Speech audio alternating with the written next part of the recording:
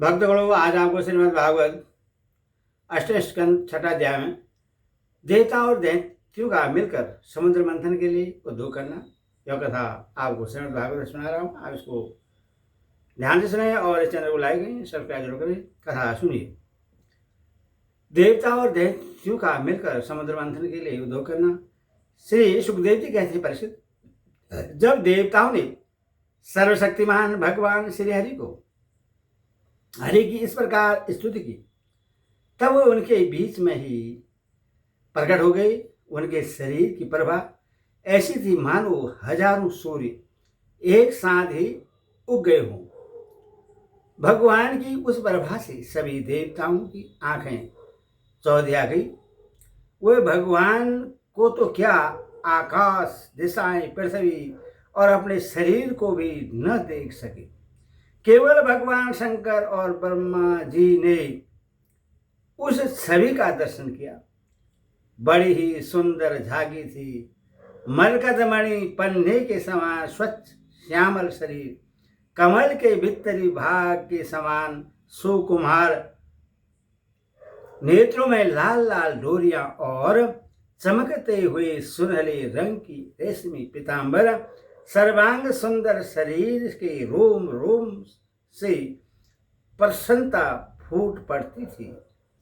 धनुष के समान टेढ़ी भौहें और बड़ा ही सुंदर मुख, सिर पर महामणिमय कृत और भुजाओं में बाजूबंद, कानों में झलकते हुए कुंडलों की चमक पड़ने से कपूर और भी सुंदर हो उठते थे, जिससे मुख कमल खिल उठता था। कमर में करधनी की लड़ियां, हाथों में कंकन, गले में हार और चरणों में निपुण शोभायमान थे। वह स्थल पर लक्ष्मी तथा गले में कस्तूरी मणि तथा वनमाला सुशोभित थे। भगवान के नित्य अस्त्र, सुदर्शन चक्र आदि मूर्तिमान होकर उनकी सेवा कर रहे थे। सभी देवताओं ने पृथ्वी पर गिरकर साष्टांग प्रणाम किया। फिर सारे देवताओं को साथ ले शंकर जी तथा ब्रह्मा जी परम पुरुष भगवान की स्तुति करने लगे। ब्रह्मा जी ने कहा, जो जन्म, स्थिति और प्रलय से कोई संबंध नहीं रखते, जो प्राकृतिक गुणों से रहित एवं मोक्ष स्वरूप परमानंद के समान समुद्र है, जो सूक्ष्म से भी सूक्ष्म है और जिनका स्वरूप अनंत है, उन परम ऐश्वर्यशाली प्रभु को हम लोग बार बार नमस्कार करते हैं।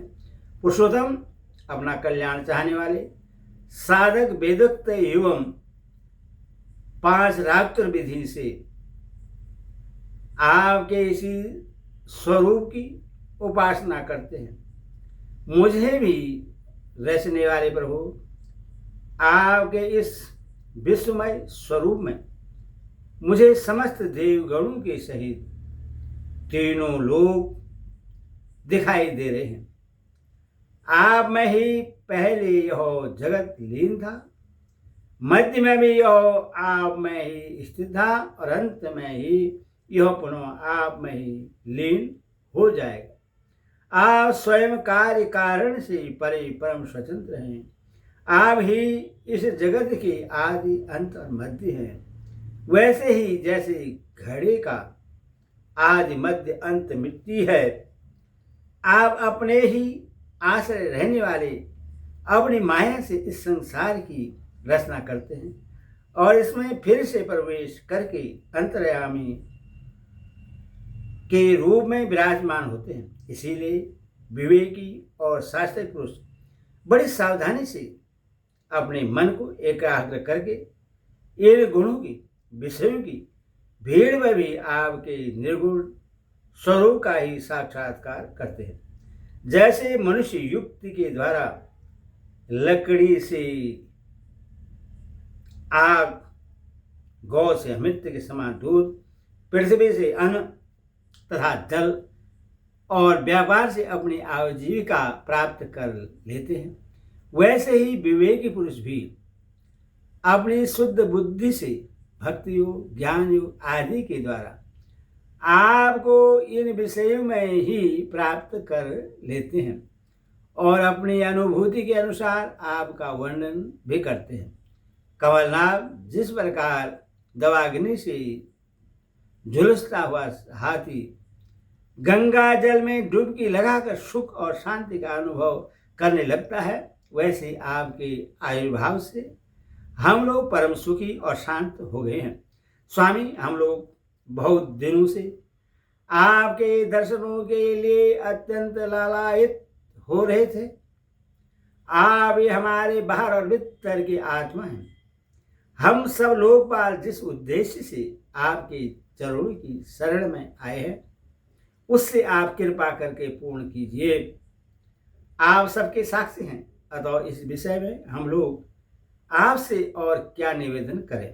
प्रभु, मैं शंकर जी, अन्य देवता, ऋषि और दक्ष आदि प्रजापति सबके साथ अग्नि से अलग हुई चिंगारी की तरह आपके ही अंश हैं और अपने को आपसे अलग मानते हैं। ऐसी स्थिति में प्रभु, हम लोग समझ ही क्या सकते हैं।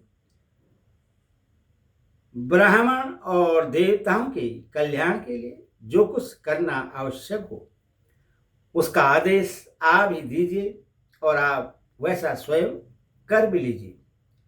श्री सुखदेव जी कहते हैं, ब्रह्मा आदि देवताओं ने इस प्रकार स्तुति करके अपने सारे इंद्रियां रोक ली और सब बड़ी सावधानी के साथ हाथ जोड़कर खड़े हो गए।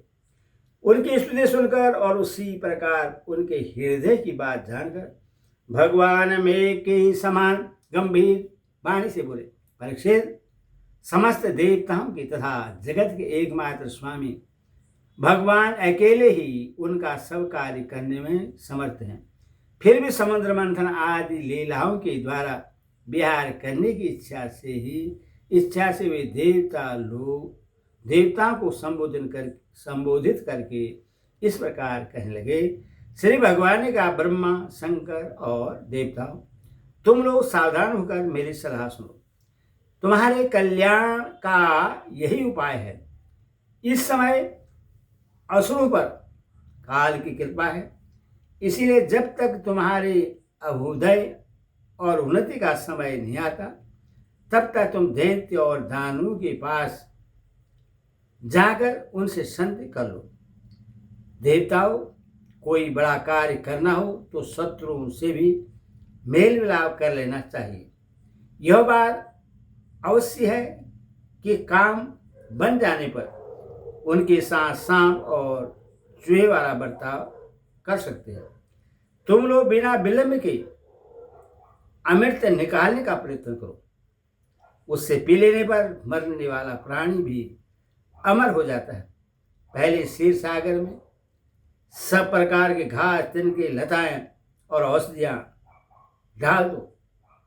फिर तुम लोग मंत्राचल की मंथानी और बांसुरी की नाक की नेति बनाकर मेरी सहायता से समुद्र का मंथन करो। अब आलस्य और परमार्थ का समय नहीं है।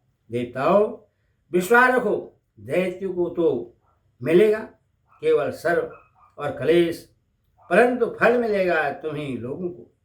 देवताओं, असुर लोग, तुम में से जो चाहे सब स्वीकार कर लो। शांति से सब काम बन जाते हैं। क्रोध करने से कुछ नहीं होता। पहले समुद्र से कालकुट विष निकलेगा, उसे डरना नहीं। और किसी भी वस्तु के लिए कभी भी लोभ न करना। पहले तो किसी वस्तु की कामना ही नहीं करनी चाहिए, परंतु यदि कामना हो और वह पूरी न हो तो क्रोध तो करना ही नहीं चाहिए। श्री सुखदेव जी कहते हैं, परीक्षित, देवताओं को यह आदेश देकर पुरुषोत्तम भगवान उनके बीच में ही अंतर ध्यान हो गए। वे सर्वशक्तिमान एवं परम स्वतंत्र जो ठहरे, उनकी लीला का रहस्य कौन समझे। उनके चले जाने पर ब्रह्मा और शंकर ने फिर से भगवान को नमस्कार किया और वे अपने अपने लोगों को चले गए। तदनंतर इंद्रादि देवता राजा बलि के पास गए। देवताओं को बिना अस्त्र शस्त्र के सामने आता देख दैत्य सेनापतियों के मन में बड़ा क्षोभ हुआ। उन्होंने देवताओं को पकड़ लेना चाहा, परंतु दैत्यराज बलि संधि और विरोध के अवसर को जानने वाले एवं पवित्र कीर्ति से संपन्न थे। उन्होंने दैत्यों को वैसा करने से रोक दिया। इसके बाद देवता लोग बलि के पास पहुंचे। बलि ने तीनों लोगों को जीत लिया था। वे समस्त संपत्तियों से सेवित एवं असुर सेनापतियों से सुरक्षित होकर अपने राज सिंहासन पर बैठे हुए थे। बुद्धिमान इंद्र ने बड़ी मधुर वाणी से समझाते हुए राजा बलि से वे सब बातें कही जिनकी शिक्षा स्वयं भगवान ने उन्हें दी थी। यह बात दैत्यराज बलि को जच गई। वहां बैठे हुए दूसरे सेनापति संबर, अरिष्टनेमि तथा त्रिपुर निवासी असुरों को भी यह बात बहुत अच्छी लगी। तब देवता और असुरों ने आपस में संधि समझौता करके मित्रता कर ली और परीक्षित वे सब मिलकर अमृत मंथन के लिए पूर्ण उद्योग करने लगे। इसके बाद उन्होंने अपनी शक्ति से मंदराचल को उखाड़ लिया और ललकारते तथा गरजते हुए उसे समुद्र के तट की ओर ले चले। उनकी भुजाएं परी के समान थी, शरीर में शक्ति थी और अपने अपने बल का घमंड तो था ही, परंतु एक तो वह मंदर पर्वत ही बहुत भारी था और दूसरे उससे ले जाना भी बहुत दूर था। इससे इंद्र, बलि आदि सब के सब हार गए। जब ये किसी प्रकार भी मंदराचल को आगे न ले जा सके, तब विवश होकर उन्होंने उससे रास्ते में ही पटक दिया। वह सोने का पर्वत मंदराचल बड़ा भारी था। गिरते समय उसने बहुत से देवता और दानों को चकनाचूर कर दिया, कर डाला। उन देवता और असुरों के हाथ, कमर और कंधे टूट ही गए थे, मन भी टूट गया। उनका उत्साह भंग हुआ देख गरुड़ पर चढ़े हुए भगवान सहसा वहां प्रकट हो गए। उन्होंने देखा कि देवता और असुर पर्वत के गिरने से पिस गए हैं, अथवा उन्होंने अपनी अमृतमय दृष्टि से देवताओं को इस प्रकार जीवित कर दिया मानो उनके शरीर से बिल्कुल चोट ही न लगी हो। इसके बाद उन्होंने